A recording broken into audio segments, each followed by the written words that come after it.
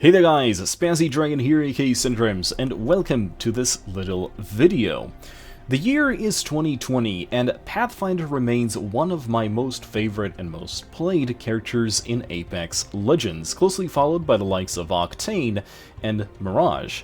But if I had to pick out a character that I would say is the most interesting, despite their actual game performance, then please seek no further than Bloodhound. Bloodhound is and remains my favorite character in terms of lore, simply because they are completely shrouded in mystery.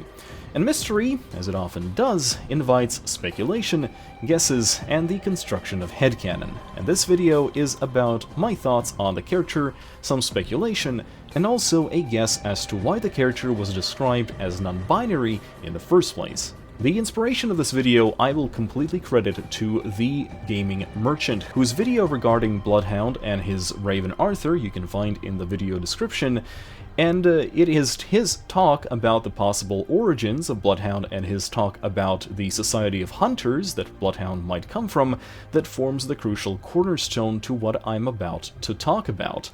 And I admit that the headcanon that I'm about to talk about would not have been developed without this video of his for inspiration, even if I do not agree with some parts of it. So, with that in mind, let's start.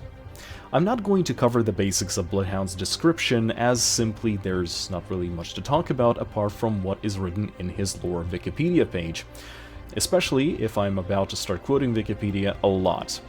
Instead, I'm going to instantly show you the description of some of the Season 3 loading screens, which were the starting point for this headcanon of mine. The first one is about the setting itself, and it reads as such. The once uninhabitable world of Talos became a hotbed of IMC activity when a rare minimal compound was discovered beneath its surface. Heat-reducing towers were built to supercool its natural lava flows, and the town of World's Edge grew around them. Decades ago, an explosion in one of the towers covered the surrounding area in lethal flash freeze. Today, World's Edge is deserted, its borders inhabited by a small community of hunters who reportedly spurn modern technology. Now, next up is a letter which was sent before this incident, as it was described above. Dearest Brigitta, we landed on Talos, and despite the horror stories my brother told me about volcanoes, it's beautiful here.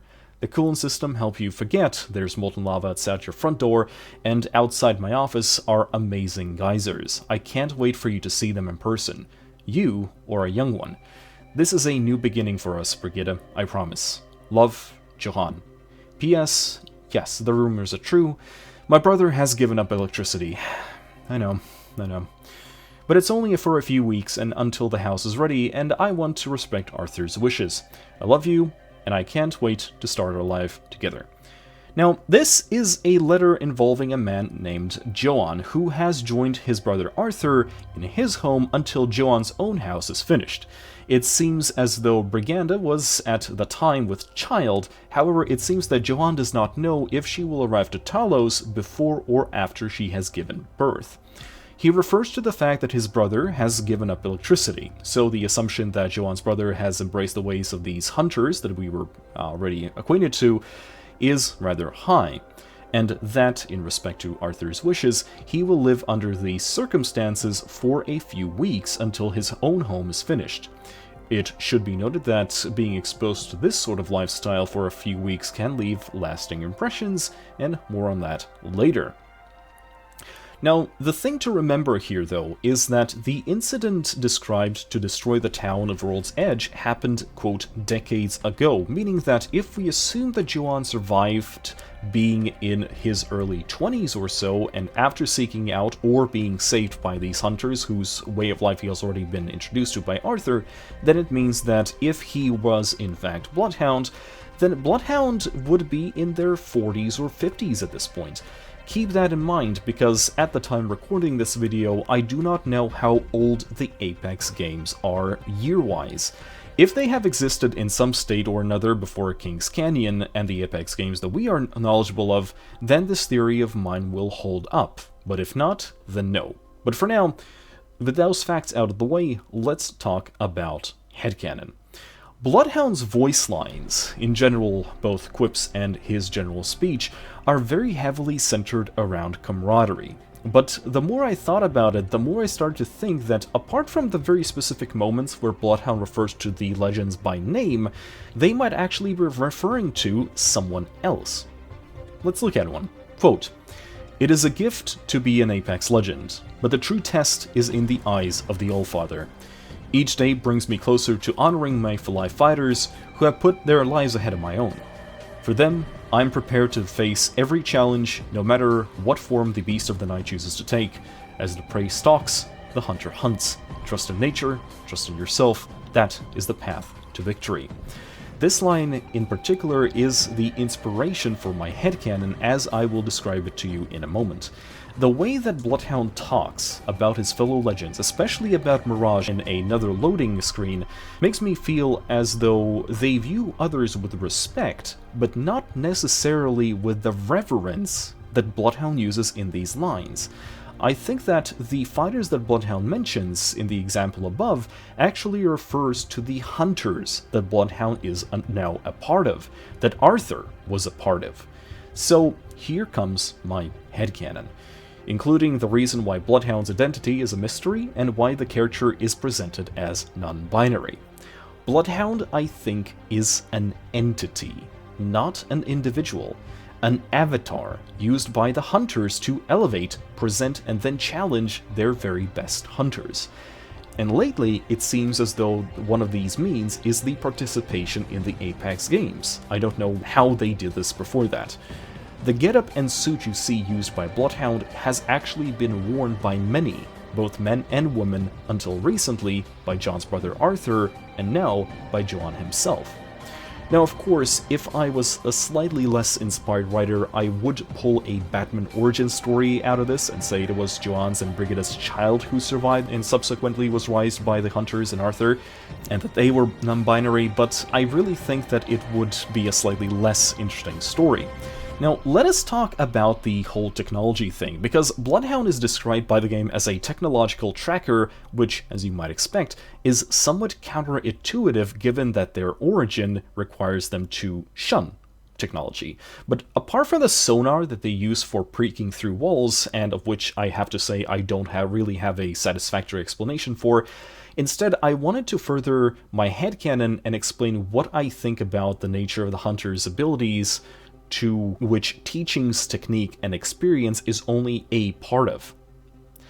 This might be mostly my stereotypical thought when it comes to mentioning tribes, but something tells me that tribal and shamanistic rituals might be involved with the persona that is a hunter. For me, shamanistic and tribal acts involves mysticism, and very often the usage of burning herbs for psychedelic effect, trances, and in order to communicate with the spirits. I always wondered if this item on Bloodhound's gear was a simple gas mask or air filter, but I kinda wonder if this pouch is not filled with that aforementioned type of herbs, because, you see, seeing random crows that turn into wisp upon getting closer to them is not really standard practice. I think that in essence, Bloodhound as a character is basically a battle shaman, as he breathes these herbs in order to see visions and enhance his already high performance, which really sounds cool. His Beast of the Hunt ultimate are these would-be herbs being applied heat to by means of this device, allowing Bloodhound to smoke it and go into a temporary trance. Mysticism and the supernatural element is not something I want to fully disagree with either. In Merch's videos, he talks about the possibility of the crow being Arthur's reincarnated spirit, but I would like to think that instead of Arthur in specific, it was the previous wielder of the Bloodhound's title, and Arthur just happens to be the previous one to Joanne. Thus, the idle animation in the starting section of the game, where Bloodhound seemingly talks to his bird, is even more telling. Bloodhound is being given advice and tutored by those who came before him, regardless of who he currently is. So that is my overall headcanon. Bloodhound is a title and has seen many people over its course. Ritualistic application of drugs is involved with their abilities, And if we conceive that some mythological aspect exists in the Titanfall universe, then add to it the part about the crow and reincarnation of spirits. But as I was writing this, and I mentioned that the part of Johannes and Brigitta's child, there is, I think, another possibility that I find much more cliché and lazy, though seemingly with the times of when this game was created. If they had a child, and they survived the catalysm, and if that child was indeed born and either born or later assumed a non-binary characteristic, then there is another possibility.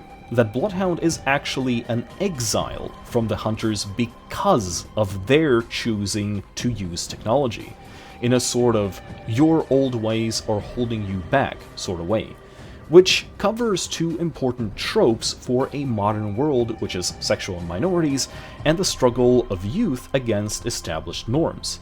A technological tracker would use said technology in conjunction with the existing tracking skills that he would have learned from these hunters, and that would make for a very good explanation.